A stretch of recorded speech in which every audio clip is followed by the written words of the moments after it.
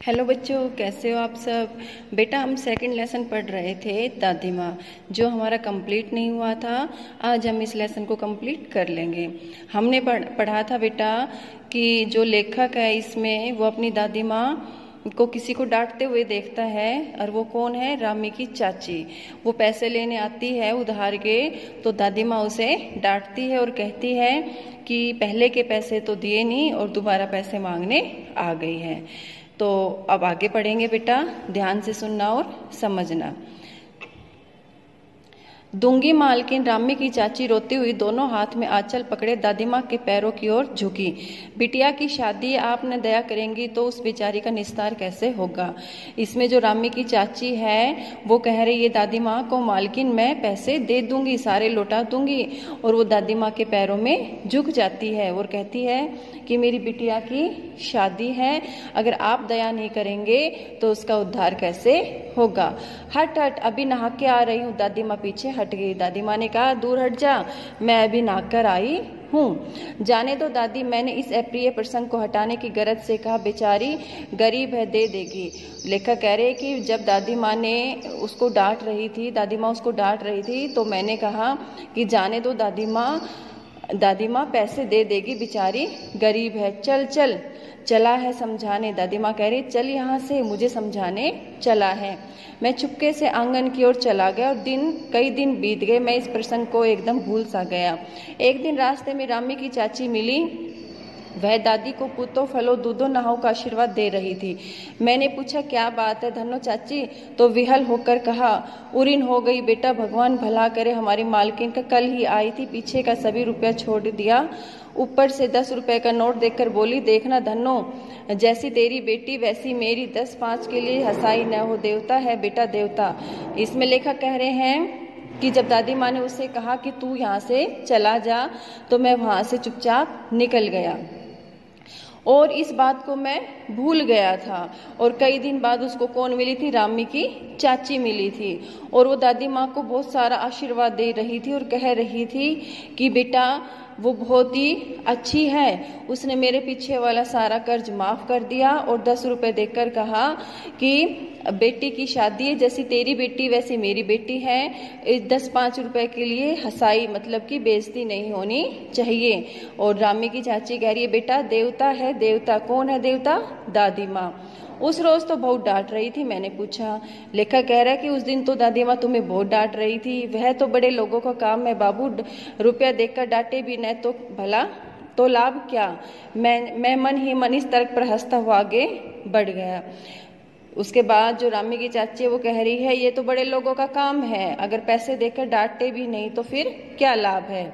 और उसने कहा, लेखक ने, कि मैं इस पर हंसी आ गई मुझे। इस बात जब उसने ये बात कही तो मुझे हंसी आ गई और मैं आगे चला गया।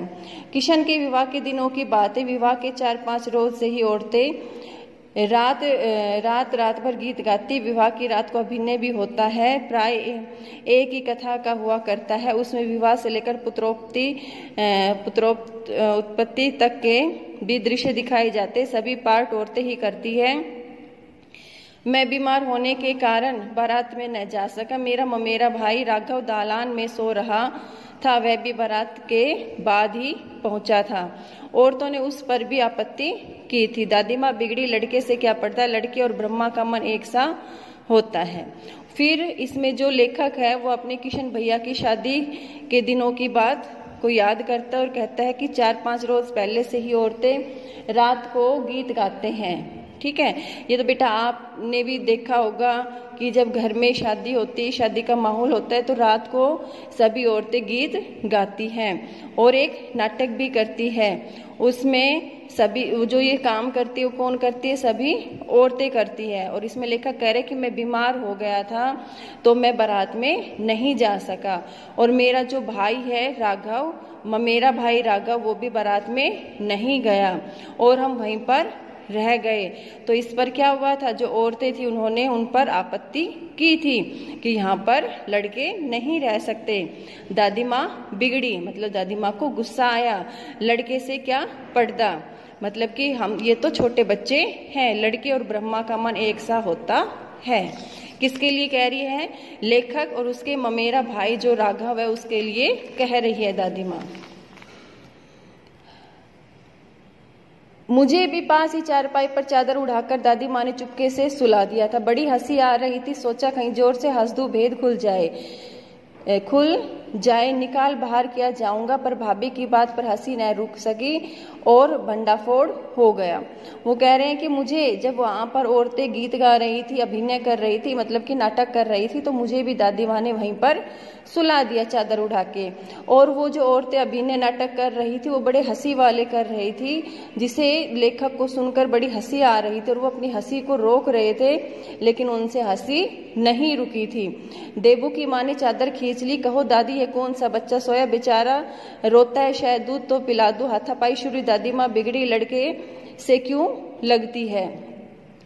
जब लेखक हंसा तो देबू की चादर खींच ली थी, कहा, और वो दादी माँ से कहने लगी थी कि दादी माँ, ये कौन सा बच्चा सोया हुआ है, इसको दूध पिला दो, भूख लगी है। और उसमें हाथापाई शुरू हो गई। दादी माँ बिगड़ी और लड़के से, मतलब कि लड़के के साथ क्यों लड़ाई करती हो? लड़का कौन है? लेखक। सुबह रास्ते में देबू की माँ मिली। कल वाला बच्चा भाभी, मैं वहां से जोर से भागा और दादी माँ के पास जा खड़ा हुआ। वस्तुत किसी प्रकार का अपराध हो जाने पर जब हम दादी माँ की छाया में खड़े हो जाते हैं, अभय दान मिल जाता है। जब ये तो रात की बात थी बेटा, जब सुबह हुई तो रास्ते में देबू की माँ मिल गई और उसने लेखक को देखा और कहा कि देखो वो कल वाला रात का बच्चा। और जो लेखक था वो जाकर अपनी दादी माँ के पीछे खड़ा हो गया। स्नेह और ममता की मूर्ति दादी माँ की एक एक बात आज कैसी कैसी मालूम होती। परिस्थितियों का वात्या चक्र जीवन को सूखे पत्ते सा कैसा नचाता है, इसे दादी माँ खूब जानती थी। दादा की मृत्यु के बाद से ही वे बहुत उदास रहती। संसार उन्हें धोखा मालूम होता है। दादा ने उन्हें स्वयं को धोखा दिया। वे सदा उन्हें आगे भेजकर उनके पीछे जाने की झूठी बात कहा करते थे। दादा की मृत्यु के बाद कुकुर मुते की तरह बढ़ने वाले मुंह में राम, बगल में छुरी वाले दोस्तों की शुभ चिंता से स्थिति और भी डावाडोल कर दी। दादा के श्राद्ध में दादी माँ के मना करने पर भी पिताजी ने जो अतुल संपत्ति वह की वह घर की तो थी नहीं। इसमें क्या बता रहे हैं? लेखक कह रहे हैं अपनी दादी माँ के बारे में कि जो उनकी दादी माँ है वो बहुत ही प्रेम करती थी, ममता की मूर्ति थी वो, मतलब कि वो ऊपर से तो बेटा कठोर थी दादी माँ, लेकिन अंदर से बहुत ही नरम दिल थी। और उनके जो दादा थे और दादी में भी आपस में बहुत ही प्यार था। लेकिन वो क्या कह रही है? इस संसार को धोखे का कह रही है और अपने जो उनके दादा है उनको भी धोखेबाज कह रही है। क्यों कह रही है बेटा? कि जब दादा कहते थे कि तेरी मृत्यु पहले होगी और मेरी मृत्यु बाद में होगी, मतलब कि पहले तू इस संसार को छोड़ के जाएगी, उसके बाद मैं तेरे पीछे पीछे आऊंगा। लेकिन दादा पहले चले गए और दादी अभी तक जीवित थी, तो उसको क्या लग रहा था कि दादा धोखेबाज है, उन्होंने उनको धोखा दिया और उन्हें अकेला छोड़कर चली गई। और जो लेखक के पिता थे उनके दोस्त कैसे थे? मुंह में राम और बगल में छुरी वाले दोस्त थे, मतलब कि सामने तो मीठी मीठी बातें करते थे और पीछे से उसकी बुराई करते थे, मतलब उसका बुरा चाहते थे। और जब दादा की मृत्यु हुई तो उन्होंने उनसे बहुत सारी संपत्ति खर्च करवा दी, लेकिन दादी माँ कहती थी कि इतना खर्च मत करो। और वो भी कैसे लिया था? उधार करके वो खर्च किया था। दादी माँ अक्सर उदास रहा करती। माँ के दिन थे, कड़ाके का जाड़ा पड़ रहा था, पछुआ का सन्नाटा और पाले की शीत हड्डियों में घुसी पड़ती। शाम को मैंने देखा दादी माँ गिल्ली धोती पहने कोने वाले घर में एक संदूक पर दिया जलाए हाथ जोड़कर बैठी है। उन्हें उनकी स्नेह कातर आंखों में मैंने आंसू कभी नहीं देखे थे। मैं बहुत देर तक मन मारे उनके पास बैठा रहा। उन्होंने आंखें खोली। दादी माँ, मैंने धीरे से कहा।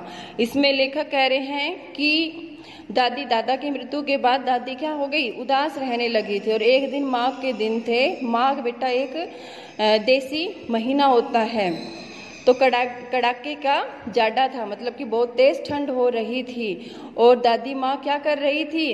दादी माँ गिल्ली धोती पहने कोने वाले घर में एक संदूक पर दिया जला रखा था और वहां पर हाथ जोड़कर बैठी हुई थी और उनकी आंखों में से आंसू आ रहे थे। लेखक कह रहे हैं कि मैंने कभी भी अपनी दादी की आंखों में आंसू नहीं देखे। और जब दादी ने आंखें खोली तो मैंने धीरे से कहा, दादी माँ क्या है रे, तू यहाँ क्यों बैठा है? दादी माँ ने कहा, क्या है, तू यहाँ क्यों बैठा है? दादी माँ, एक बात पूछूं, बताओगी? मैंने उन्हें स्नेहपूर्वक आंखों की और देखा। दादी दादी माँ से उन्होंने कहा कि दादी माँ एक मैं बात पूछूं। ठीक है, कौन पूछ रहा है? लेखक पूछ रहा है। क्या है? पूछ। इसमें दादी कह रही है क्या है? पूछ। तुम रोती थी? वो लेखक कह रहे क्या तुम रोती थी? दादी माँ मुस्कुराई, पागल तूने अभी खाना भी नहीं खाया न? चल धोती तो बदल लो दादी माँ, मैंने कहा। और दादी माँ ने, जब लेखक ने ये बात पूछी कि दादी माँ तुम रोती भी थी, तो दादी माँ मुस्कुराई और कहा कि चल तूने सुबह से खाना भी नहीं खाया है। तो लेखक कहता है कि दादी माँ आपने गिल्ली धोती पहन रखी है, उसको बदल लो। मुझे सर्दी गर्मी नहीं लगती बेटा, वे मुझे खींचती रसोई में ले गई। दादी माँ कहती है मुझे सर्दी गर्मी का महसूस नहीं होती, और उसको खींचते हुए रसोई में ले गई। सुबह मैंने देखा चारपाई पर बैठे पिताजी और किशन भैया मन मारे कुछ सोच रहे हैं। दूसरा चारा ही क्या है? बाबू बोले रुपया कोई देता नहीं, कितने के तो अभी पिछले ही बाकी हैं। वे रोने रोने से हो गए हैं। वो जो लेखक के पिताजी हैं और उनके भाई हैं किशन, वो आपस में सोच विचार कर रहे थे कि किस बात के ऊपर? पैसों के ऊपर सोच विचार कर रहे थे, क्योंकि उनकी आर्थिक स्थिति अब खराब हो गई थी। जो उनके पास पैसे थे वो दादा की मृत्यु पर लगा दिए थे, और वो दोनों ही रोने रोने से हो गए थे। रोता क्यों है रे? दादी माँ ने उनका माथा सहलाते हुए कहा मैं तो अभी हूं ही। उन्होंने संदूक खोलकर एक चमकती सी चीज निकाली। तेरे दादा ने यह कंगन मुझे इसी दिन के लिए पहनाया था, उनका गला भर आया, मैंने इसे पहना नहीं, इसे सहेज कर रखती आई हूँ। वे उनके वंश की निशानी। उन्होंने आंसू पोंछकर कहा पुराने लोग आगा पीछा सब सोच लेते हैं। जब वो दोनों रोने वाले मतलब रोते हुए दिखाई दिए दादी माँ को, तो दादी माँ कहती है कि रोता क्यों है, मैं अभी जीवित हूँ। और उन्होंने संदूक खोली और संदूक में से उन्होंने सोने के कंगन निकाले और कहा कि तुम्हारे दादा ने मुझे दिए थे, मैंने आज तक इनको नहीं पहना है, यह उनके वंश की निशानी है। तो कह रही है कि दादी कह रही है कि जो पुराने लोग होते हैं, मतलब कि जो बड़े बुजुर्ग होते हैं, वो सभी अपने आगे पीछे का सोच लेते हैं।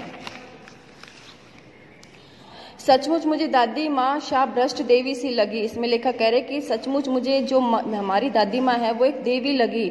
धुंधली छाया विलीन होगी। मैंने देखा दिन काफी चढ़ गए। पास के लंबे खजूर के पेड़ से उड़कर एक कौवा अपनी घिनौनी काली पंखे फैलाकर मेरी खिड़की पर बैठ गया। हाथ में अब भी किशन भैया का पत्र काँप रहा है। काली चींटियों सी कतारें धूमिल हो रही। आंखों पर विश्वास नहीं था। मन बार बार अपने से ही पूछ बैठता है क्या सचमुच दादी माँ नहीं है।